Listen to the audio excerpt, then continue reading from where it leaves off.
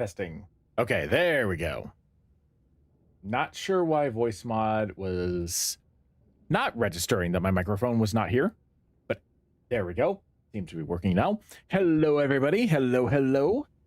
This is Arc Gregorius, Greg the Dragon, Arc Alpha 12, whatever you want to call me. Tonight, we are doing a late night live stream for Star Wars The Old Republic. I am super excited for this. This was supposed to happen last night. However, a severe thunderstorm decided to knock out power to my house, so I wasn't able to do that. But we're here tonight. Okay, there we go. Oh, hold on. Not sure why voice mod was... I kind of forgot to mute the stream. There we go. Yeah, so severe thunderstorm decided to knock out power to my house. That was annoying. But everything's working fine now, obviously. We're doing all right. I wasn't expecting to not be able to stream last night, but we are compensating for that tonight. And tonight, I am doing what you guys wanted to see, which was Star Wars The Old Republic. You guys wanted to see SWTOR with the smuggler storyline.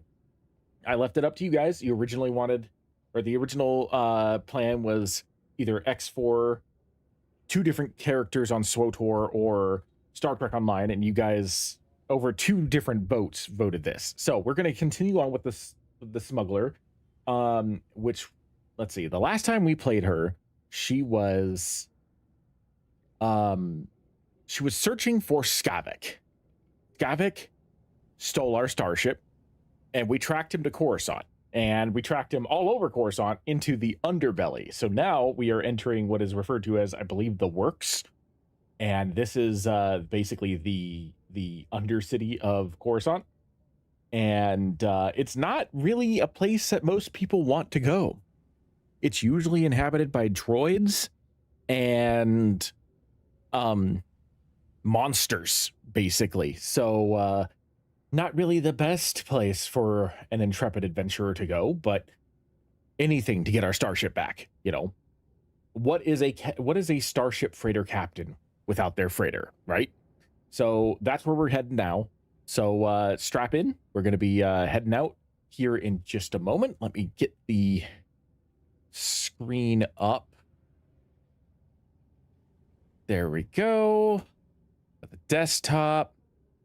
I would just have my my game stream directly to Streamlabs, but I've had issues with certain games with that. So if anybody's wondering why I always show my desktop, it's because of that. Because I've had issues with trying to stream directly to Streamlabs in the past, namely with Helldivers. But I haven't played Helldivers in a long time, so maybe they fixed that. I don't know. Since they compressed the files for Helldivers, maybe it's fixed. But I don't know. I haven't tried that. But that's the reason why, because I noticed that someone was commenting when I last played X4 that I kept showing my desktop. I'm just like, I don't have a choice because sometimes the games just run better when I don't stream it directly to Streamlabs. All right, so let's finish up Coruscant tonight.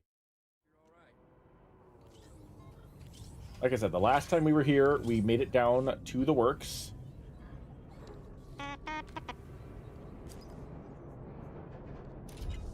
Claim those 2 things.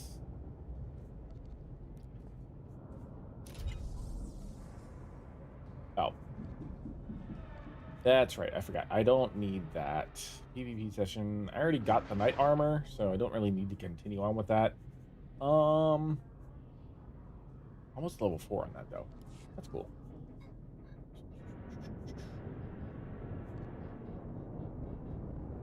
All right. Everything seems to be working on Streamlabs' end. Checking my phone. The streams seem to be working relatively well on YouTube and Twitch for now. We'll see. Twitch is the one that Twitch is the real outlier. So let me hold on one second. Hop over. Twitch is the one that crashes a lot. Twitch is the one that usually has a problem. And there's that. There's that. Okay. Now we can focus on the game.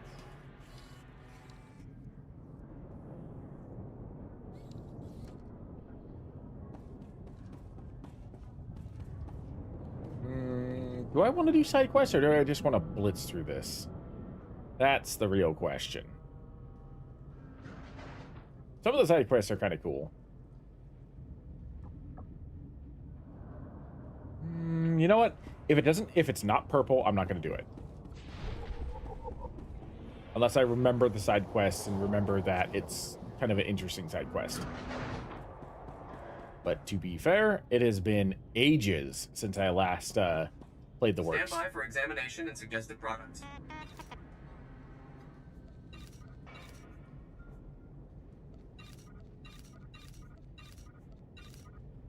So I don't really remember what is and is not cool down here. Return to your post.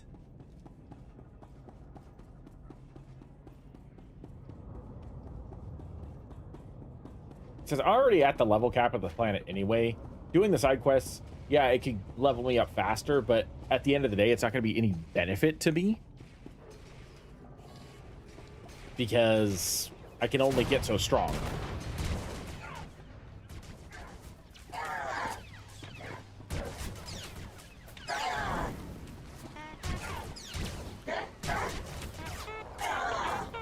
Plus, also, as a subscriber, I have, like, the double EXP, so, again, not really that big of a benefit for me to over-level, you know?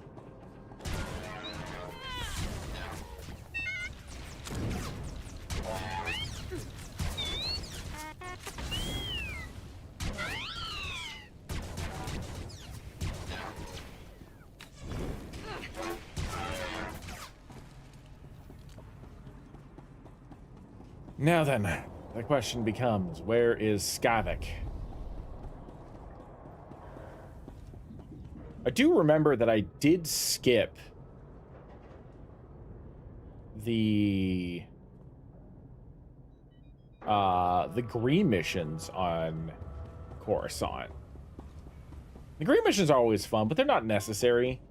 I don't think. I think they're technically part of, like, a mini storyline, but it's not like it doesn't have that much impact.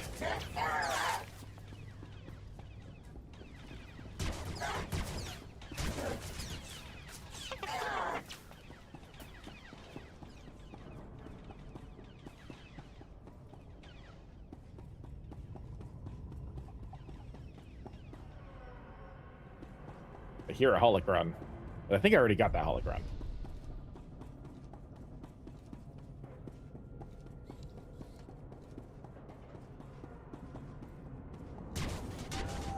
So there are Imperials down here, huh?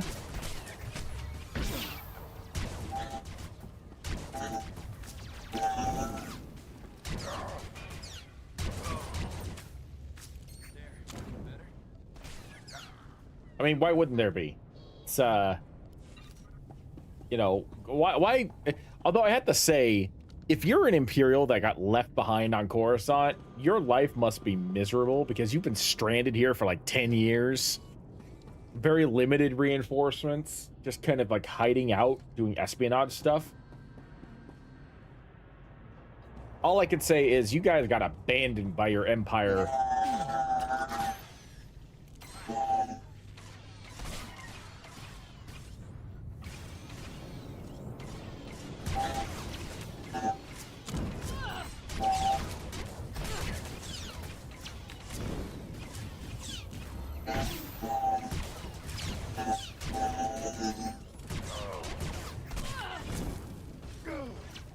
Once we're done on Coruscant, one thing I do need to do is get back to the fleet and get the ability to salvage. Because I'm passing all these crates that could get me some money and can't open them because I didn't take the salvaging crew skill.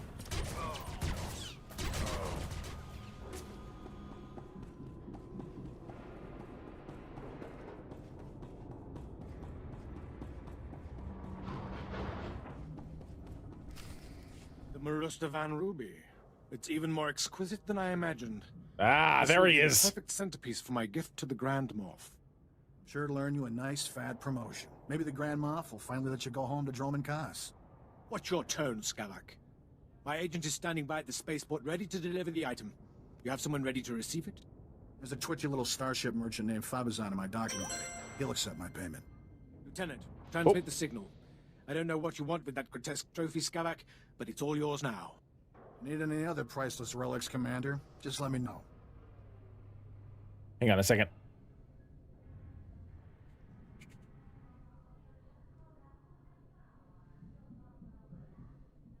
Oh, Sean 8889. Thank you for the follow. Sorry, I had to back out because I couldn't I didn't have Streamlabs up, so I did not see the alert. I just heard it. Finally got my alert box working, so like partially. I've got my alert box working partially. I still need to edit it a little bit so that way it actually tells me what people are doing. But at least it's actually like notifying me that people are like subscribing and whatnot. That's an important part. Sorry I'm late to the party, boys. Traffic was crazy. Skavek, is this some sort of trick? Captain, seriously, I admire your persistence, but this is ridiculous. Skavek, is this thing a friend of yours? No. But you know aliens, Commander. Always popping up where they don't belong. That right there has me enough to shoot him. You're gonna be a floor stain when we're done with you, Skavek. Corso, I heard about your job. Hey, don't let unemployment make you bitter, all right? You're the one who fouled up my identity record and sent half the galaxy chasing me? That wasn't very nice, Captain. Where's my ship? I understand you're upset. It's a very nice ship, but you're taking things way too far. I can't believe you kept that Sullustan lawman alive. If it wasn't for the Justicars, the little runt might have actually caught me. SWTOR is going very well.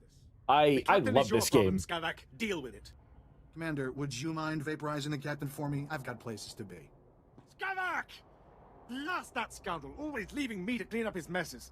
Yeah, no, I love Old Republic. It is one of my favorite games of all time, as seen by the fact that I have 35 characters now, I think. But I've never actually finished the Consular or Smuggler storyline, hence the reason why I am playing the Smuggler now. I've gotten close to finishing Smuggler, never even gotten past Coruscant on the Consular. I cannot stand the voice acting for the two Consular characters. Yeah, no, my primary character is a bounty hunter. My primary character is a bounty hunter, and my secondary character is a dark side Jedi Knight that I kind of play similar to like Anakin Skywalker from Clone Wars. So she does the right thing, or she does what she perceives as the right thing for the greater good of the galaxy. That may not necessarily be the morally correct thing, but she views it to be the overall like greater good thing. That's my favorite way of playing that character, and I actually plan on playing a Jedi Knight character exactly the same way for stream eventually. Just haven't gotten around to it. That was part of the poll that I did a couple days ago to see what people wanted to see me play on YouTube. So YouTube kind of determined that we were playing SWTOR Smuggler, but I was supposed to play last night and I couldn't because a storm knocked out my power. So here we are today. I am the next stream I do for SWTOR probably will be a brand new Jedi Knight, though, because I really like playing the dark side Justicar quote unquote style, where like you're doing bad things for the greater good. So I'll definitely probably be playing that next. You could just let me go. No, and I'm afraid you won't be leaving here. We'll give you a very nice unmarked grave. Who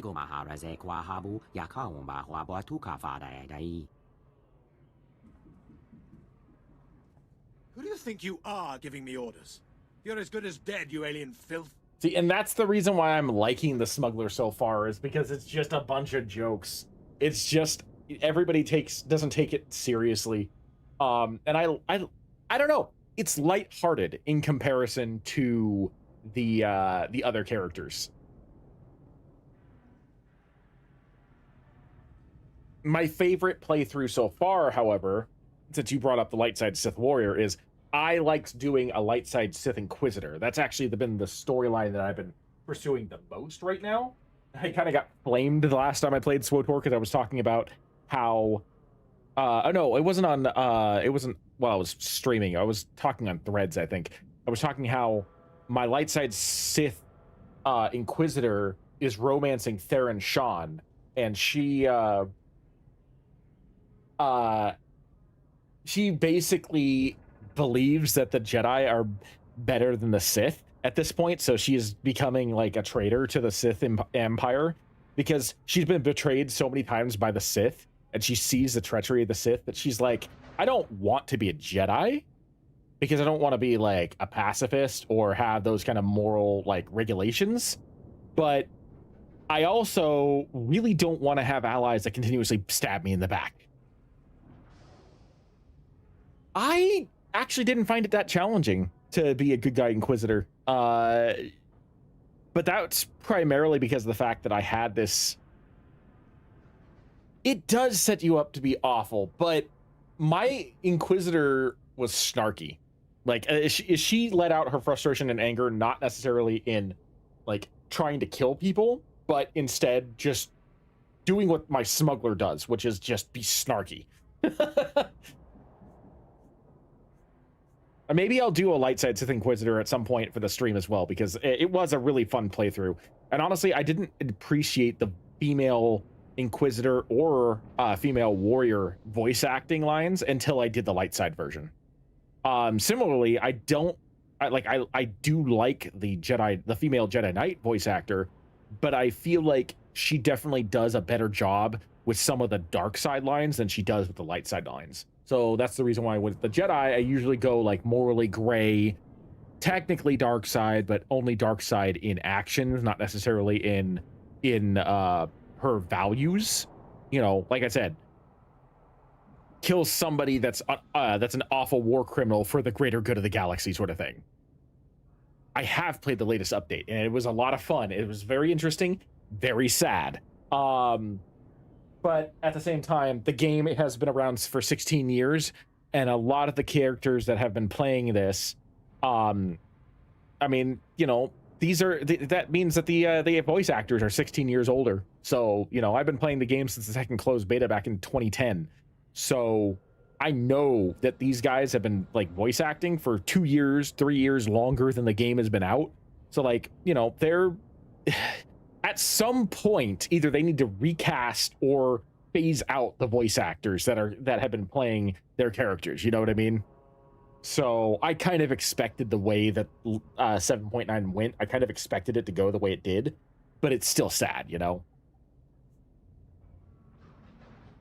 Also, I've only played it from my light side bounty hunters standpoint. I have not played it from the Republic standpoint, just from the light side SWTOR bounty hunter standpoint. So I don't know how it plays out for the Republic. I'm sure it plays out very similarly, but I just haven't played it for the Republic yet. Boy, am I happy to see you.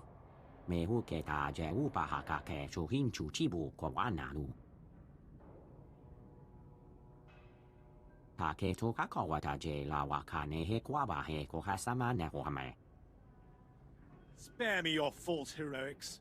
Men, kill this alien scum!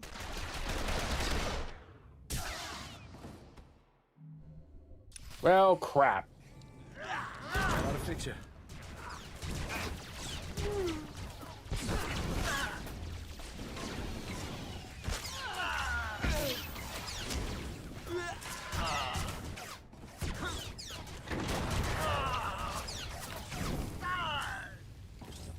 Ah, man.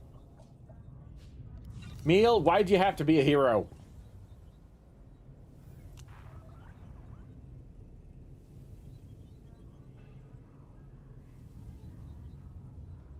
I like the Lana voice lines, but then again, Lana Beniko is my favorite Sith character. Like, she's become... If anybody ever asks me who my favorite Sith is, I always say Lana Beniko. It's a true test of whether or not you actually, like, are playing ball with SWTOR or not. But genuinely, she is. I love her pragmatism. I do admit that some of her voice lines were a little rough. But at the same time, you know, maybe she had a cold. Maybe she does smoke. I don't know.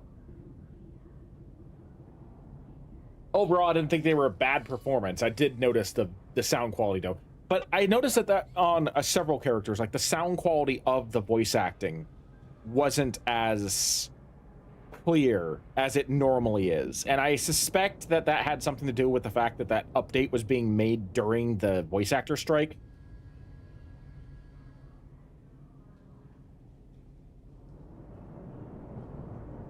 I liked the Mando stuff, but I do believe that they bounced around with it too much, and so like I feel like if it was a more cohesive thing, it would have been more interesting. Lana is also my primary romance, but I'm going to be making an I think if I do a light side Sith Inquisitor for the stream, I'll probably romance the female Twi'lek captain. I can't remember her name. The one that pops up for the legacy storylines. I love her. Also, because of the fact that she's also voiced by the same chick who does Lana Beniko. So she just puts a little bit more of a different accent on, but it's the same voice actor. So I think that's the reason why when you play the Imperial side, when you play and meet her and you talk to her for the first time, Lana's there and she's like, oh, I like her. It's because she's commenting on her own character.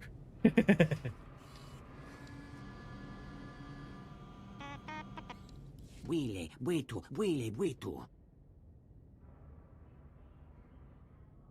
get you to a Corso tank.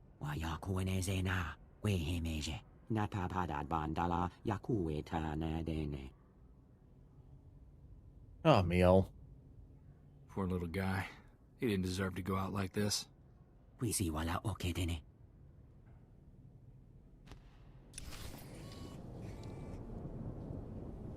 Skavek, you just made this personal. I need my ship so I can justifiably change my character's wardrobe.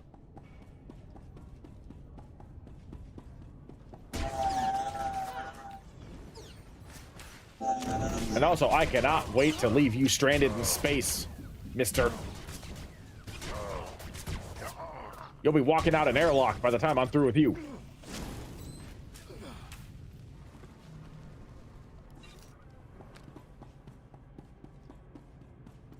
Let's see. Oh, wait. No, it's this way.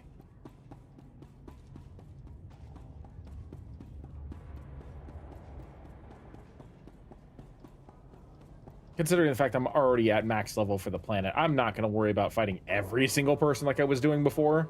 If I can sneak by, I will. Nope.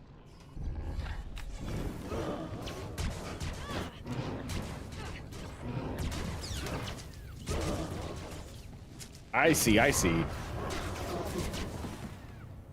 kind of glad that BioWare gave the game to Broadsword.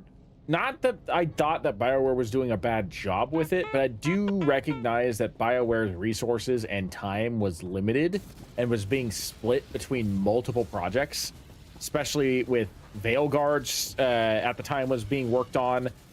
Mass Effect 5 was in the beginning stages. I'm like, BioWare was stretched a little too thin. And I felt like they needed to give it to a different company that could focus a little bit more on it. And I'm kind of glad they did, because so far, I think Broadsword's done a fantastic job of continuing what BioWare started, at least in my opinion. I know that there have been some changes to the game since Broadsword took over, but overall, I feel like the spirit of the game is the same as it was more or less when they started, like, when BioWare started streamlining things. Because, you know, I've seen all the elements of Old Republic. I've been around since the troopers were gang banged by a Crayola box because there was no color unification.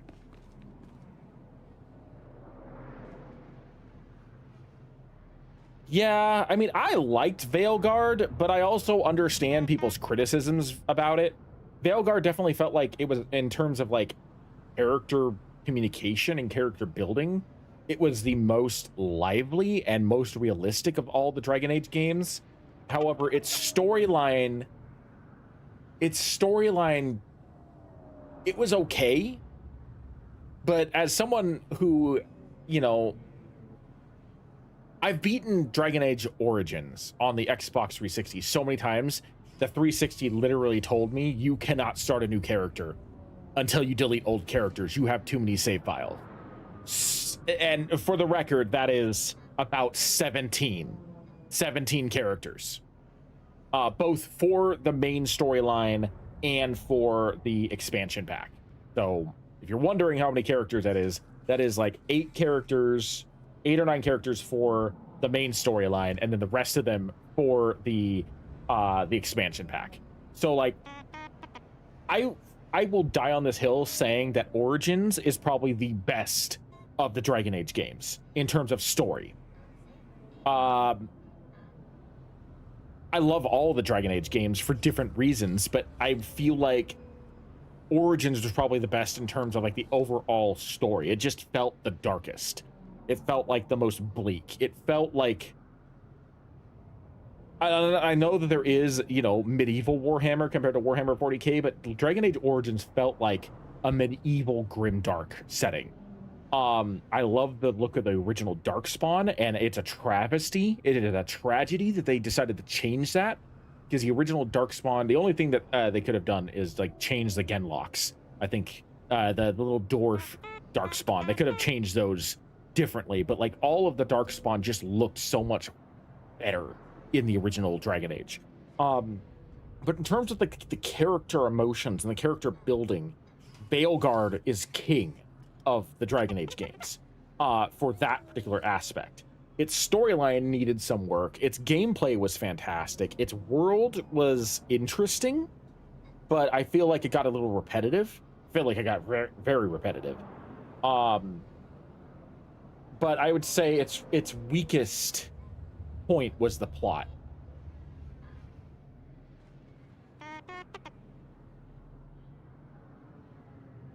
Yes, I will say, yeah, it definitely felt like a Game of Thrones thing. The combat, since I'm also a fan of the original KOTOR games, I'm fine with the combat of Origins, because it's the same thing. As a fan of those older style RPGs, Dragon Age uses pretty much the exact same engine as KOTOR. So I didn't have a problem with Origins as a game in terms of the gameplay, because like the gameplay for Origins just felt like KOTOR. I will say that Veilguard is probably my favorite in terms of actual combat, though. That's saying something, because Inquisition is pretty freaking high up there in terms of like combat, but I'd have to say Veilguard's my favorite Dragon Age game for combat. Vehicle pads are currently open for business.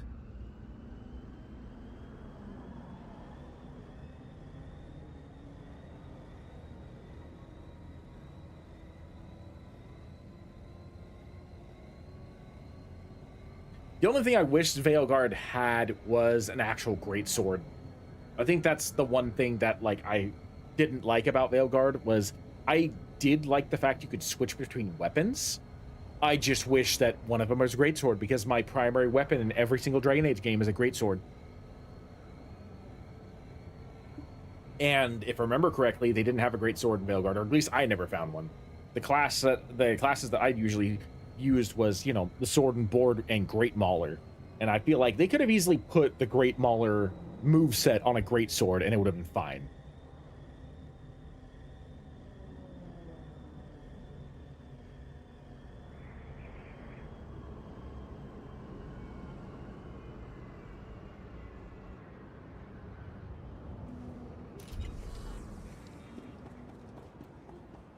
How is that an achievement that I just got now? I've hailed like a dozen taxis at this point.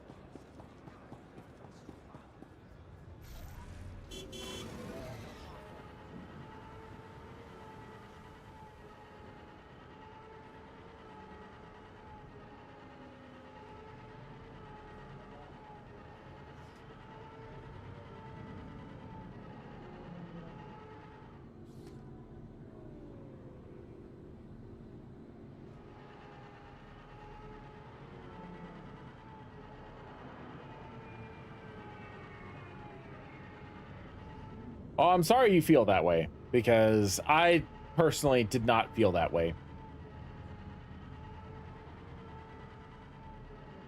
I actually felt that the way they handled things was actually pretty on brand for BioWare, because BioWare's always been like that. Like 100% BioWare has always been like an extremely progressive company. I mean, the only I talk about this in my Mass Effect live streams that I do exclusively for YouTube. But like Mass Effect 2 got hindered because of the fact that BioWare got scared about the backlash that Fox News had on Mass Effect 1 for female characters being able to romance Liara. And so they cut the ability of romancing Jack and Miranda as FemShep, and I think also Tali as FemShep. But a lot of those codes are still in the game. I don't think... the Tali one is the one that has the least number of codes, I think. But like a lot of the conversation options for Jack and Miranda are still in the game. They're just locked. And so they changed that with Mass Effect 3 by adding in Samantha Trainer for FemShep, for adding in I can't remember what his name is, but the shuttle pilot for male Shep, for bro Shep, making Caden bisexual. And I feel like that was a fantastic move for them, because that was them being like, we got scared in the second game, we're not going to get scared anymore, because like obviously the fans felt like we did not live up to the reputation we have for being like very good at representation, so we're going to change that. Yeah, Jack specifically says that she's bi, but you can't romance her. That's the reason why I put a mod in for my Mass Effect 2 run, so that you can romance Jack and Miranda. And I was like, nope, we're not going to live with this stock BS, because I know most of this stuff is still in the game. I'm just gonna activate it because that's it was meant to be that way. And so why not make it that way? So my FemShep playthrough is going to have Jack as a romance option.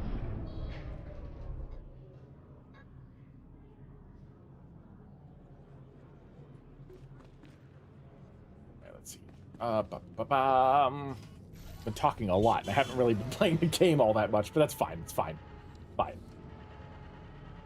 The main reason why I do these live streams late at night is to talk to people. Playing the game is just like, you know, a background thing in between conversation options. What's got you worried about Mass Effect 5? The only thing I'm worried about Mass Effect 5 is them not giving us the option to play as different races, because I want to be able to play as a Turian. I don't care if it's Mass Effect 5. I don't care if it's a Mass Effect MMO, which I'm honestly surprised they never did because of the success of Old Republic. But, like, I want a Mass Effect game where you can play as a Turian. Mass Effect is ripe for an MMO. I don't understand. Mass Effect's ripe for a variety of different games. I know that there was a first-person shooter that got scrapped that was set in the Mass Effect universe. That would have been really fun to play. There's a lot of games, a lot of genres that Mass Effect can fit into very easily.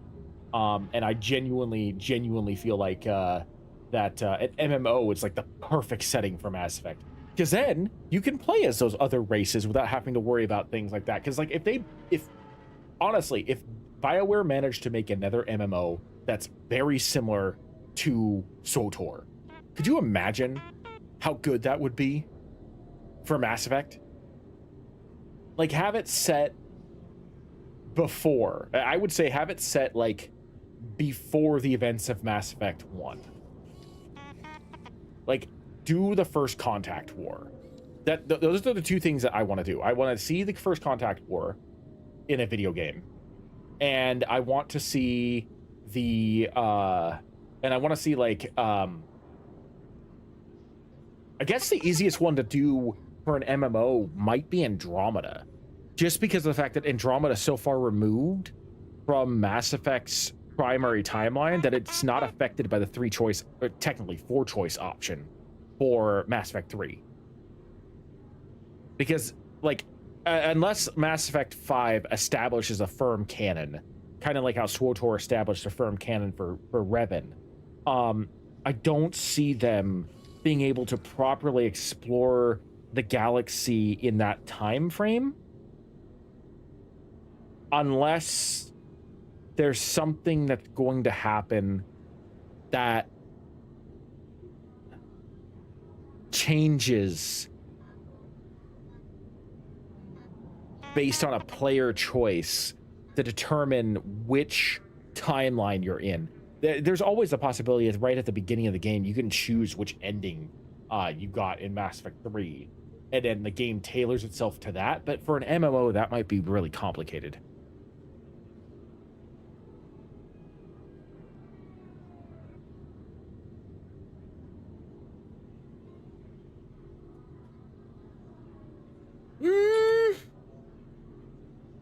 I actually just watched a video about that. I feel like the reason why Mass Effect feels like it's a messy universe is specifically because of Mass Effect 2. Because there is someone who was pointing out about how Mass Effect 1 plays like this very hopeful and optimistic game. And Mass Effect 2 is best played with the renegade ending of the human council taking control of the Citadel. Because he says that there are a lot more lively encounters that you can have if you choose the renegade option for Mass Effect 1 that don't get properly explored in Mass Effect 2.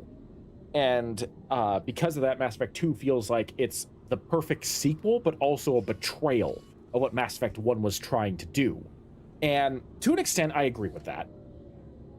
But also, I would say that that comes down to the change in leadership, because Mass Effect 1 was developed by Microsoft Studios, Mass Effect 2 was developed by EA.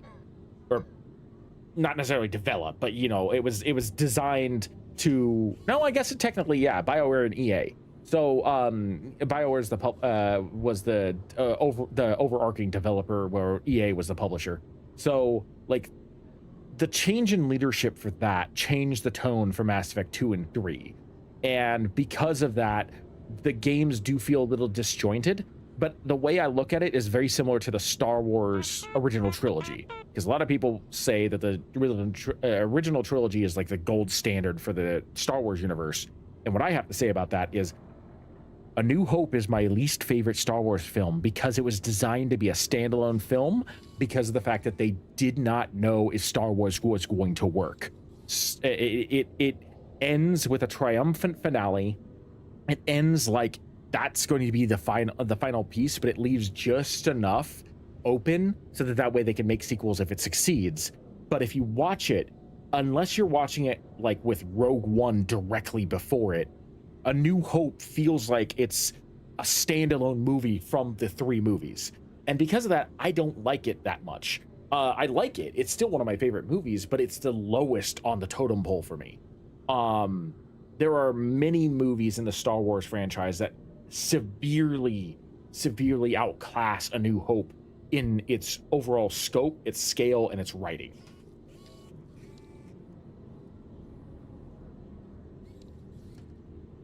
Yeah, well, again, Mass Effect 2 being streamlined to hell, that's because of EA. Again, like I said, EA changed the direction of things, both for the way the game was going to be created and also the way the game was going to be published. So if you're going to blame anybody for the reason why Mass Effect 2 changed so much, it's EA. Because I feel like the original version of Mass Effect 2 would have been fine if it had been under Microsoft. It just would have played like Mass Effect 1.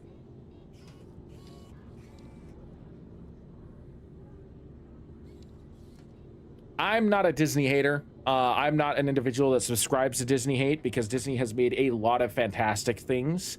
And as an individual that absorbs lore more than anything else, I should point out that like some of the best games in the Star Wars franchise so far has been made by Disney, or they've been under Disney's banner, which means that they're under the same banner as the TV shows and movies. So I don't subscribe to the Disney hate. I take Star Wars as what it is, which is a messy, disjointed, and easily digestible franchise for all ages.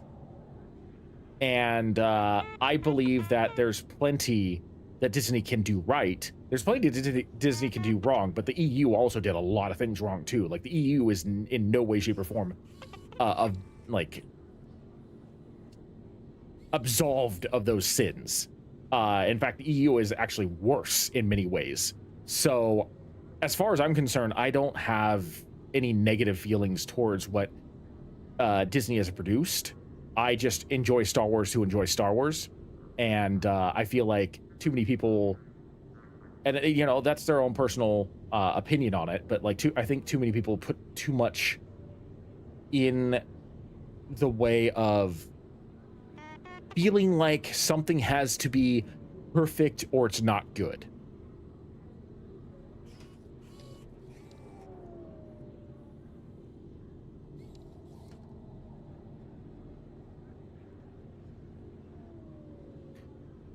That comes down to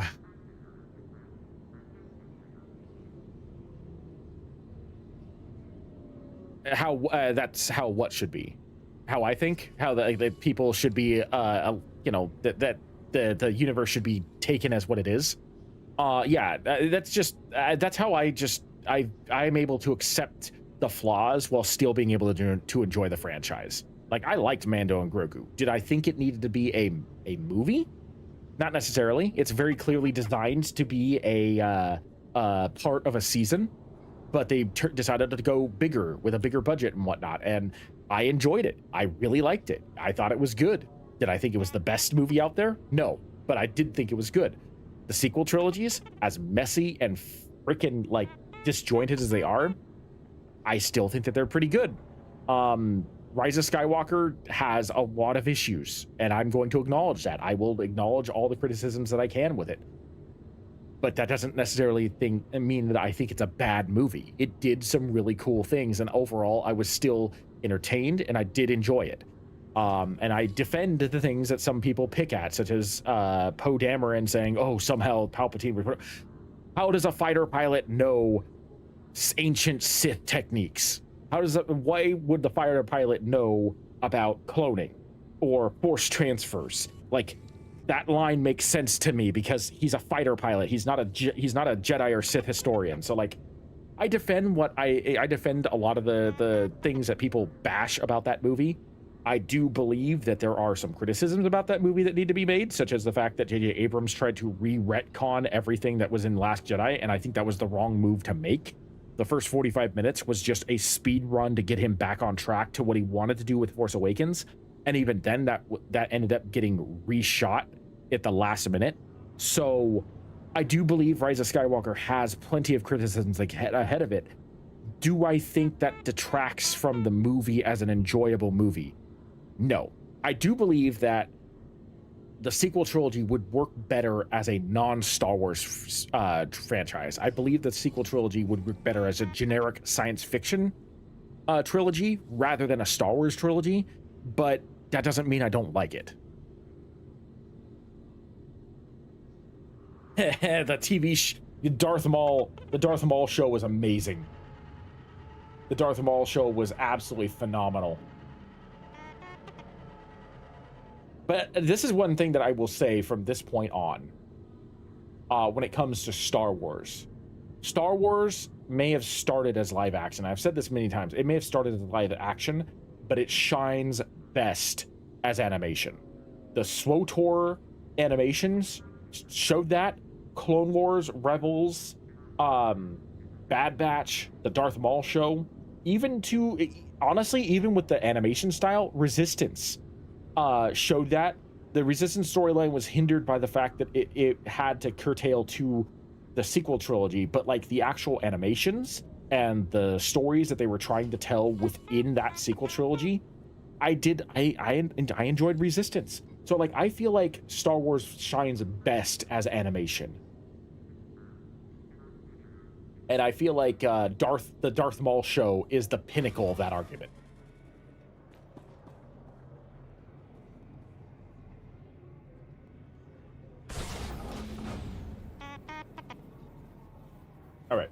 Now then, where's my ship?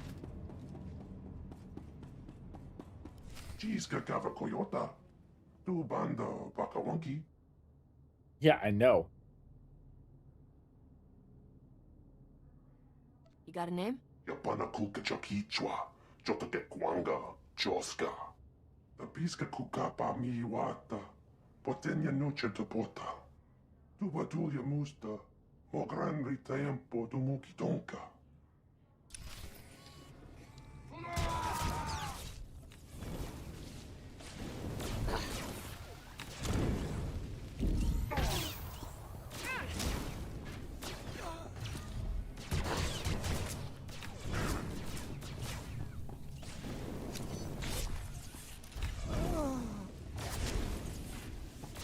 Let's get out of the fire.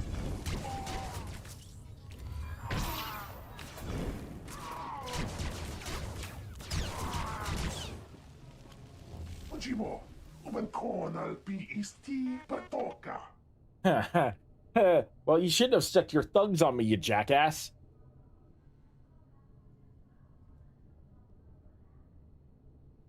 For the last time, where's my starship?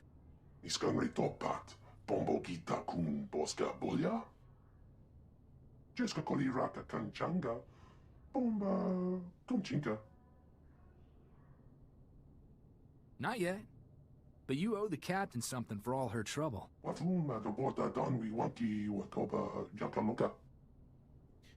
I'm kind of curious about what they're going to do with SWTOR. I'm also kind of curious about the fate of the Old Republic video game they're coming out with, which seems like it's going to be, in some way, shape, or form, a sequel to SWTOR, and I'm kind of excited for that. Because, I mean, let's be honest. SWTOR has been going on for 16 years, right? And each story arc is supposed to take place around a year. So, like, chapter 1, chapter 2, chapter 3, that's 3 years in SWTOR. Then you have, like, you know, the Rise of the Hutt Cartel. I think that's supposed to take place over, like, 4 to 6 months. The Shadow of Revan, that's supposed to be, like, a year and a half or 2 years. Then you get Frozen for 5 years. And then you wake up, and every single story arc past that is supposed to take place over a year or two. So, like, your character, let's put it this way. As of the point where Satele manages to meet up with you on Zakul, or not Zakul, Odessen. Satele is supposed to be like 75, right? She was 55 in... she was like, she's either 70 or 75 at that point when you meet her in this, and she's 55 at the beginning of the game. So that tells you right there that almost 20 years have passed, which means your character, if you made your character to be like a fresh-faced 18, 20-year-old, like my smugglers, they're 40, or technically 35 because they got frozen for 5 years. They are like 35 to 40 by the time you get to Legacy of the Sith, right? Which means Lana, who I have always like imagined to be like 27, 28 when you first meet her, is like 43, 44 for by the time you get to Legacy of the Sith. Like, the characters don't look it, but like the age matters, you know? Eventually you're going to get to a point where like your character still looks like they're 20, but they're 100 if they keep going with the way that the game is going right now. So after a certain point, SWTOR has to end, right? There has to be an end point for the game, which is sad, but it's the way it is. So I'm kind of curious as to whether or not Fate of the Old Republic addresses the storyline for SWTOR, you know? And where in this timeline it's supposed to be. Is it like 300, 400, 500 years after SWTOR? Kind of like SWTOR is 300 years after KOTOR 2? Like, I'm kind of curious about that.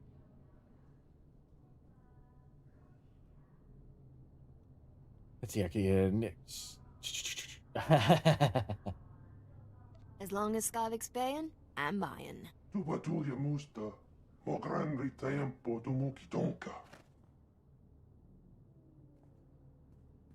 Yeah, I'm glad that we were able to work something out there.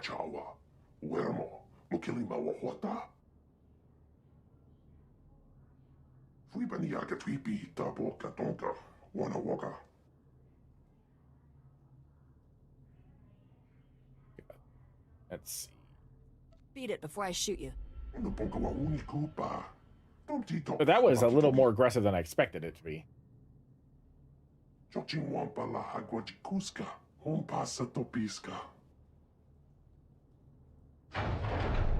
ha ha, there's my starship. Oh, it'd be so much more climactic if I actually had the music on, but I don't want to get demonetized, so here we are. Just looking at the ship with the ambient noise in the background and my talking, because there is no overly dramatic reveal music.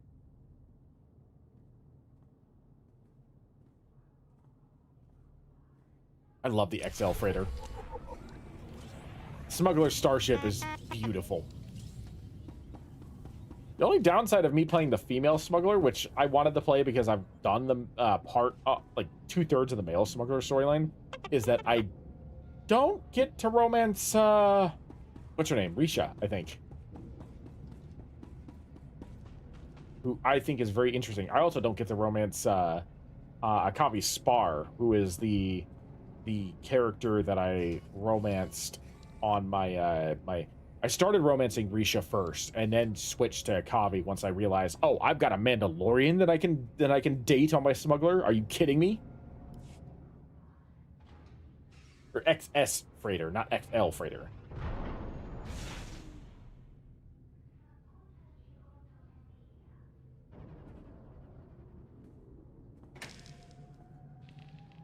Now I gotta think of a new outfit now that I've got my character's wardrobe back, quote unquote.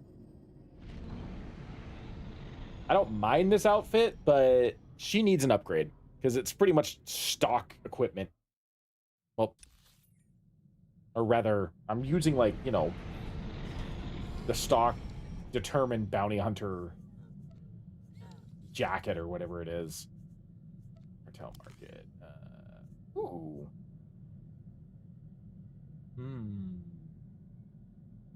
I've been wanting the Temple Guard armor. I think I will hold off on that.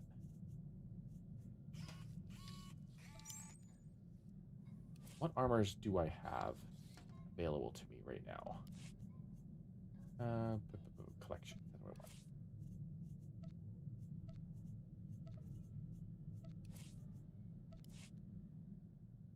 I have a lot of armors available to me at the moment.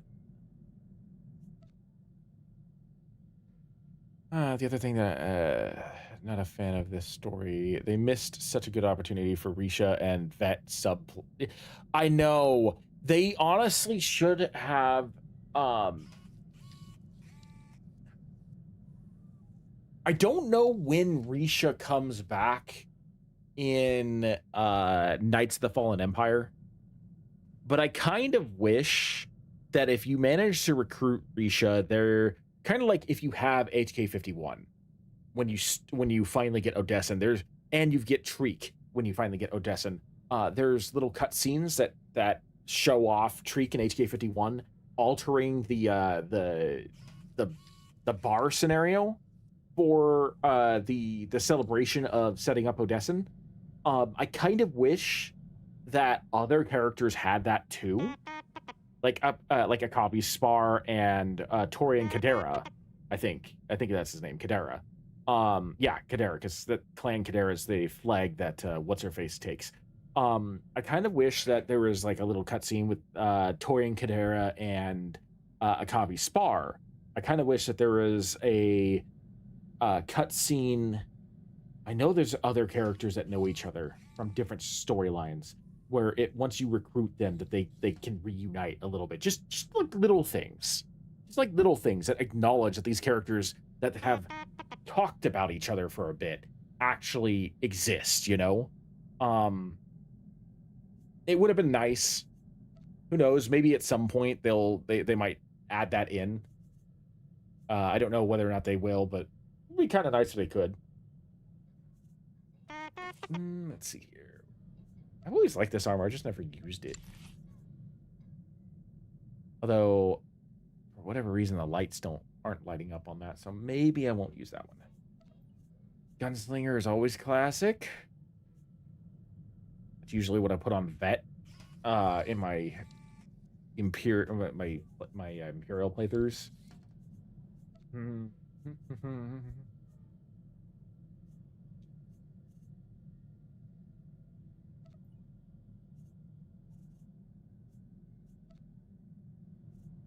Fortunately, I have a lot of things for Jedi, Sith, and troopers and bounty hunters. Not a whole lot for for smugglers.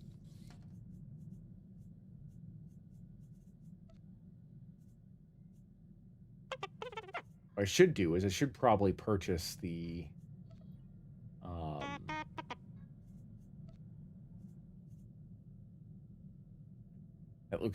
that just looks like a what do you call it? A jacket you'd lounge in, not necessarily something you adventure in. I should purchase the Canderous Ordo set.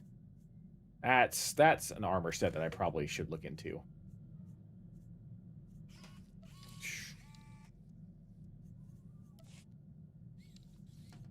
Oh, I forgot that they have the Tundra Troopers. This mask here for the Tundra Trooper is the closest thing I think we're going to get to Darth Vader's helmet in Old Republic. Let's see here. No. Categories and/or. Cassian's armor is one of the most unique ones in the thing. I am missing some cartel coins. I guess I'm not getting that right now. Carabast. Oh, well. I guess I'm rocking this look a little bit longer, unless I decided to hop into Zane Carrick's armor or something.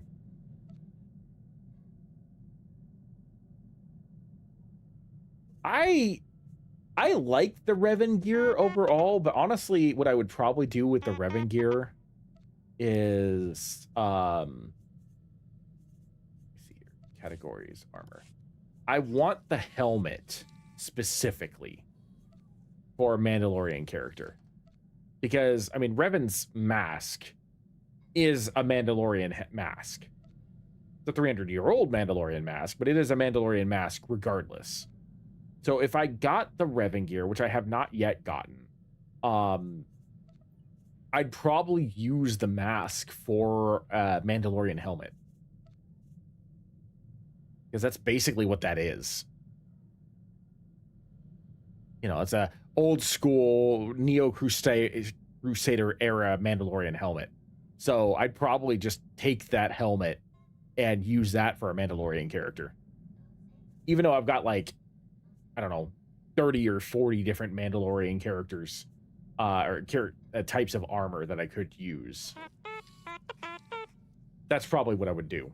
Oh, I forgot about Cad Bane's armor. That would be a good smuggler outfit if I just changed the color. Something to work for. Something to look into buying at some point.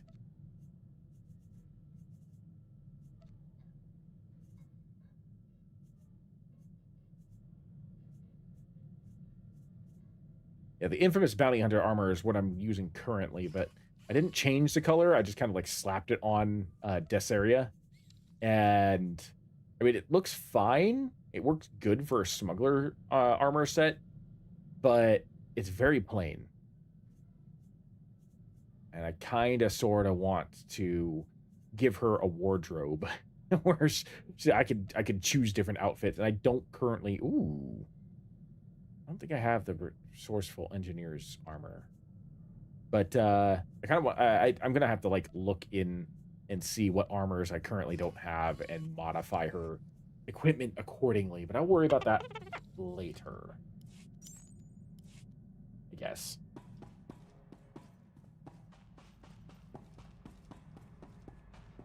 I get a feeling I'm going to be space barbing a lot when Star Wars Zero Company comes out, because I have that on pre-order, and I'm looking forward to actually playing that game for the stream. I suck at XCOM. I expected to be the only woman on this ship. Are you one of Skavek's special friends? This freighter and everything in it belongs to me, lady. That's so. What an exciting development. My name's Risha. I've been traveling with Skavek as part of a business arrangement. He and I had a deal to deliver the things you see here.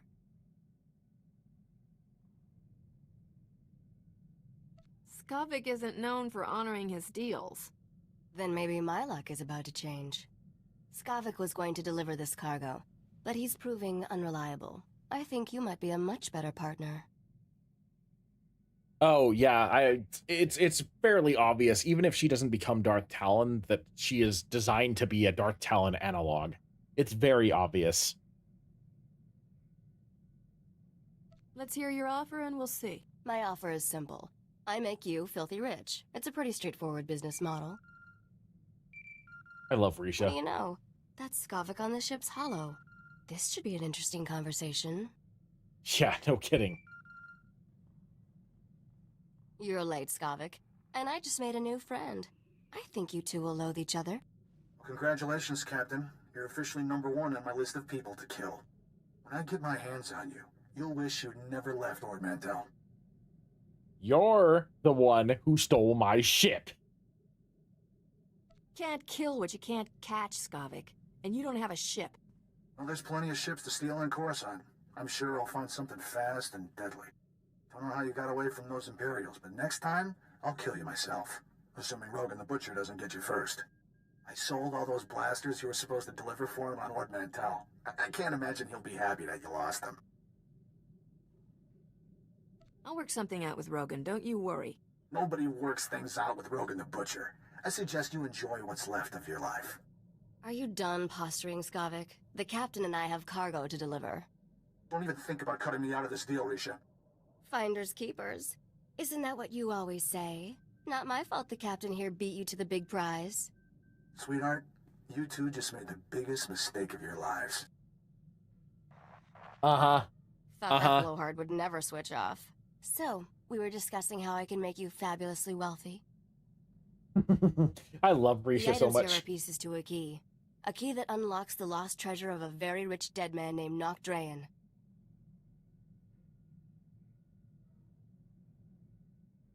Who's Nock Drayan? Please tell me you're joking. The man was a criminal legend. Nock Drayan was the greatest gangster who ever lived. He personally wiped out the Wrath Cartel and the Vandal Helm Combine during the Syndicate Wars. When he died 10 years ago, Nock had more wealth than some Outer Rim worlds. Even the Hutts were jealous. What happened to Nock's fortune after he died? Now we're getting to the interesting part. Nock hid his fortune right before he died. For 10 years, treasure hunters across the galaxy have searched for it in vain. Until now. You see, I've finally figured out how to get the lost riches of Nock Drayan. This is reminding me of the the plotline of Skeleton Crew. I've forgotten a lot about the smuggler storyline, but this reminds me of Skeleton Crew a bit. Sounds like you could use a professional.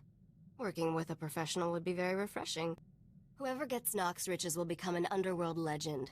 Skavek had his chance and blew it. Now it's your turn. Help me deliver these things in your cargo hold, and Nock Drayan's wealth will be all yours.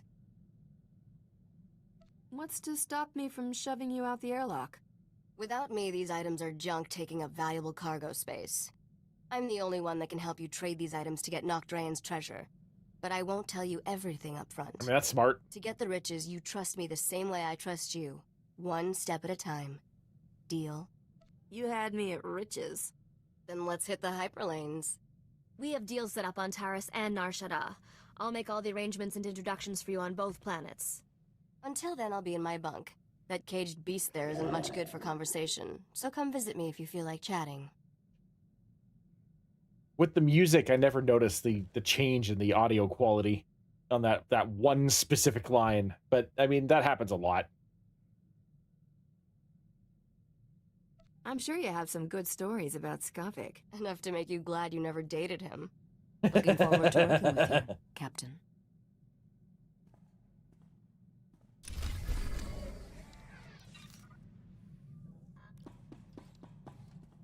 All right, let's see here. Actually, you know what? I am going to change something. I will. Oops, wrong button. Let's see here. Collected. Where is that red jacket?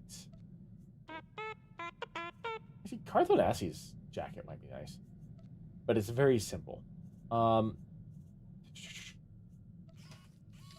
remember what armor it was.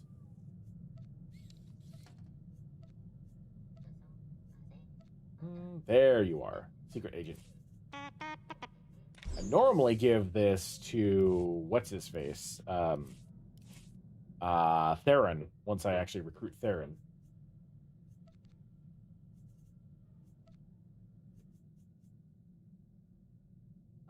Such old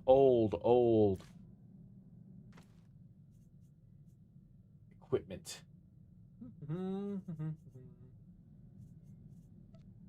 Okay, I was using that. That's what I thought. So those boots, that, those pants.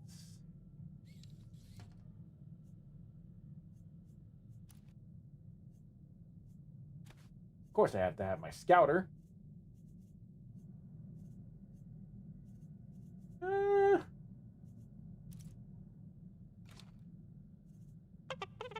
will need to get some red dye so I can keep the gauntlets the same. But maybe once I unify the colors, maybe it'll change again. I need a different belt. I need a different belt. But what belt can I get? What belt do I have that's going to look good with this?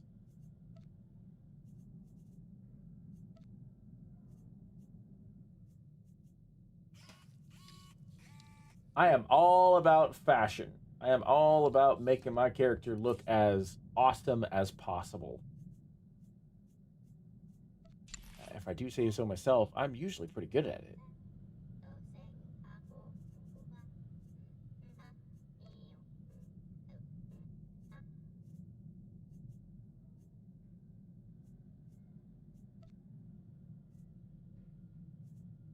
Just comes down to finding the right pieces of equipment.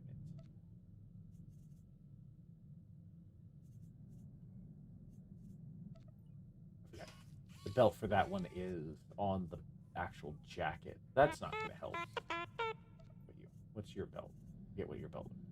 Oh yeah, you got the side piece. No. No, that's not going to work. Oh, that one. It's got little grenades on it. That might work. You could show him one of the Gothic Master Armor. You know, the interesting thing about the Gothic Master Helmet is that it also works really good with the PvP, the Honor-Bound armor set. Once I get this armor set up, I will show you what I'm talking about, because it is probably going to be the armor set I use for my Jedi Knight that I play through, the Dark Side Jedi Knight, just because it seems to fit. Oh, yes. The Game Warden. You are going to be my belt.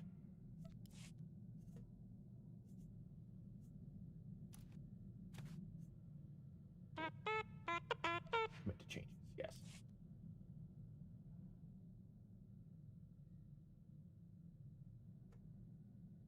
There we go. That looks a little bit better.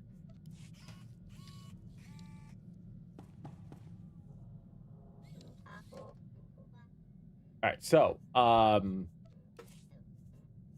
see here. I like this helmet. I like this knight helmet, but it looks so good with the helmet from the, what do you call it?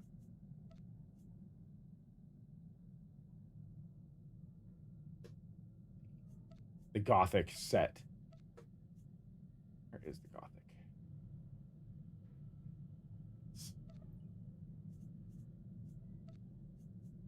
Obviously, right now, the colors aren't unified, but if you can unify it, that armor, it just looks... I personally feel like this looks really good.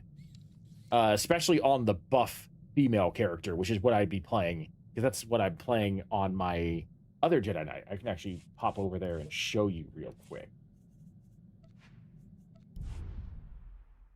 I'm actually quite quite happy with how my primary Jedi Knight looks in her default outfit. So this is a recent update to my dark side Jedi Knight character. And I personally am very proud of it.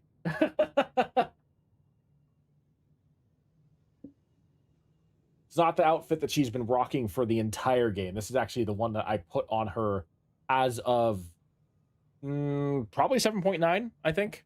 But very similar. And I think it suits her very well.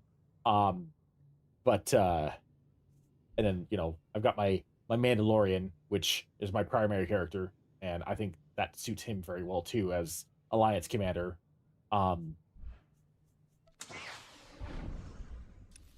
But yeah, the Gothic Knight helmet with the helmet or with the entire body armor from the PvP armor set they have right now. I actually paid the 3,000 cartel coins, I think, to buy that armor because like that armor looks so cool.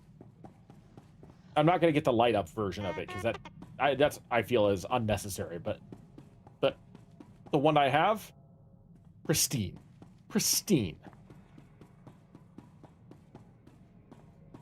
All right, Corso. Don't expect me to flirt with you because I'm not interested in you. So, how'd you end up out here, Captain? Was there ever a time you wanted something more normal? A husband? Kids? Someone to take care of you? Yeah, you're fishing. You're fishing. I'm just in this until I can retire rich. I don't know. It's hard to go back. I met a mercenary on Clackdoor 7 when I was in the brigade. I spent 20 years fighting for the Republic. I was 16, fresh off the ship. This guy gave me my first blaster. Yeah, the Mando that I created, he's gone through like 7 or 8 different costumes. I have so many costumes for Firechild. And he's my favorite character to play. I love the fact that they brought out the metallic armor colors. It just makes him look so good. Because originally he was using like a white and yellow, I think, armor set or like armor colors. Because I was trying to make the Alliance colors be either black and gold or white and gold. But when they brought out the silver and gold color scheme, I'm like, that just fits perfectly.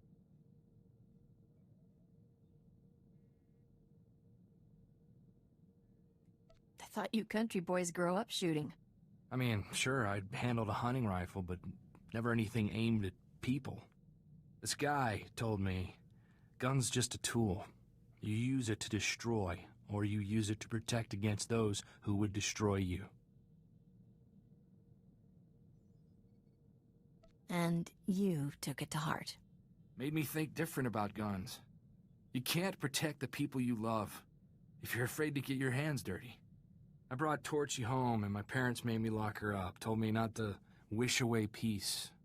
I didn't have her when the Separatists came.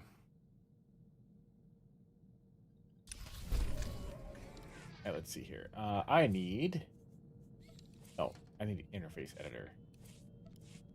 Yeah. This is main HUD conversation.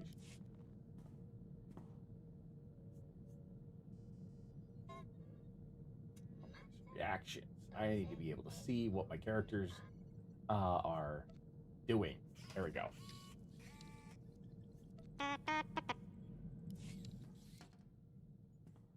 That might be too high. Boy, We'll Captain, see. life with you is almost enough to get me missing the good old days. For Ord Mantell, where Separatists were bad and guns were good, and we could just run in shooting. I am not flirting with Corso. Corso and I have issues with his decisions of morality. He was really, really, really dead set on shooting a Separatist, but then when I had the option to potentially shoot another female character, he was like, I'm so glad we didn't have to shoot her. I don't like violence against women. I'm like, and what if one of the Separatists that we were fighting was a woman? You were willing to burn every single Separatist to the ground what happens if that suddenly conflicts with your sense of morality and chivalry? I'm like, I want to slap you right now. that I kind of went on a bit of a tirade in the first stream.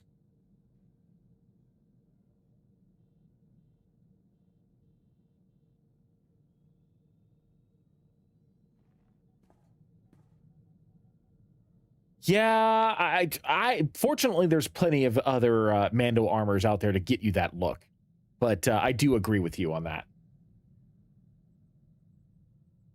I'm not noticing a drop-off in our rate of running in and shooting. Yeah, we just have to do so much thinking first. Why don't we have more fun on this ship? Back home, when we needed a laugh, we used to run the Rontos in circles, then see if they could charge us without falling over. Oh, I see. He's drunk right now. Okay, that explains it. Good night, Corso. Maybe I should go lie down. Yes. Yes, yes, you should. You should. Hallelujah. Okay. And that is that Risha? No, that's C2. I don't need to talk to you. Okay, first things first, I need to go to the fleet so I can pick up the slicing skill so I can get rich through lockboxes.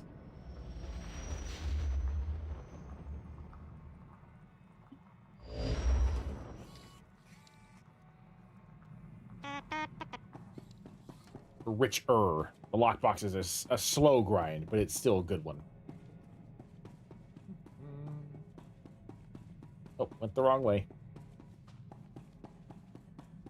Of all the ships in this game, the XS freighter is the one that gets me lost the most. Oh. My new master at last. I am C2N2, steward of this vessel. It is my extreme good fortune to serve you. You were bought by a thieving, gutless son of a calf hound. But this is my ship. You take orders from me. Got it? I am programmed to serve this vessel's captain, not my purchaser. I will happily accept your every command. C2 series droids represent the latest advances in everything from starship technical maintenance to nutritional advice tailored for your specific organic needs. Welcome aboard your Corellian XS light freighter, a marvel of customization. I can only speculate why such large engines were mounted to its hull. Along with the usual accommodations, you'll find a secure captain's locker for storing valuables. Your bridge contains an ever-updating map of the galaxy. It's quite beautiful to look at. Priority alerts from the Republic network are accessible at the HoloNet console. Long-range communications are available via the Holo terminal. And finally, It's fine. the ship's intercom will inform your crew that you wish to meet. Do you have any questions, Master? I was like, I just thought because of the fact that it didn't activate when I came aboard, but that was because it immediately sent me to Risha. I thought I could slip past him, but it's fine. It's what it is. Getting it out of the way is better than leaving it. Sounds like you're good at everything. Does that include combat? As you can see, I am not equipped for physical danger. My function is to maintain the starship as your home away from home. I am happy to assist you with any non-hazardous task, of course. I pride myself on the utmost attention to detail.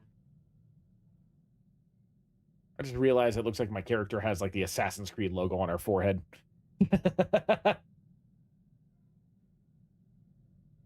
What do you consider a non-hazardous task? I am programmed to modify other technology. I can also perform long-range surveillance and diplomacy. I'm quite useful, I assure you. Whenever you are ready to depart, consult the galaxy map on the bridge. The ship's computers will handle the rest. Oh, and you may wish to investigate the cargo compartment. The items within it arrived before I did.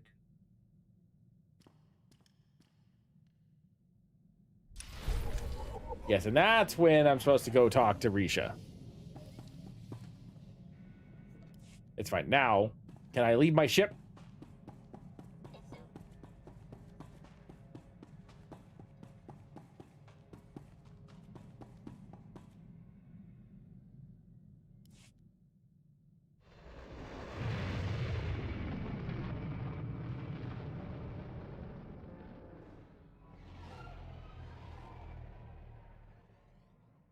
Seeing those starships makes me want to just mod my X4 game right now so that way I can play the starship mod for it.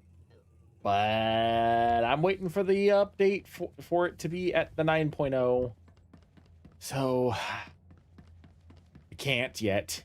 Because I know the moment it updates the 9.0 update, I will not be able to play the 8.0 version.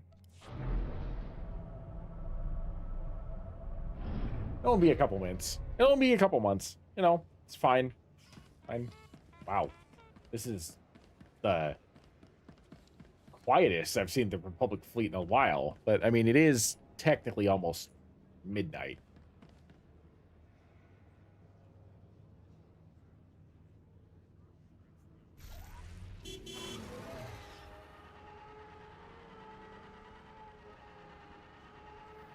Oh, I see.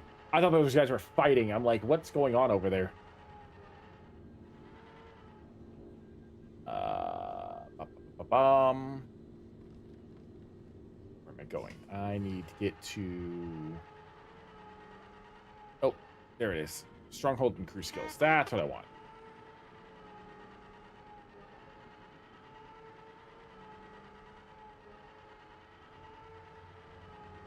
Gimme, gimme, gimme, gimme, gimme, slicing.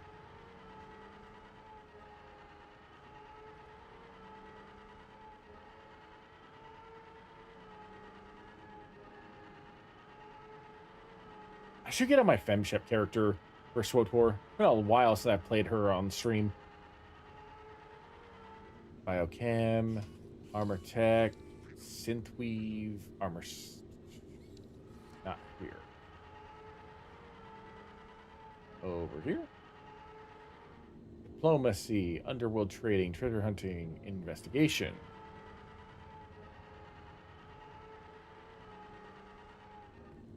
Scavenge, slicing. There you are. Oh yeah, I forgot that you can get experience points for talking to these people. That's fine. It is what it is. I just need the slicing, so that way I can open all these lock boxes that I run past.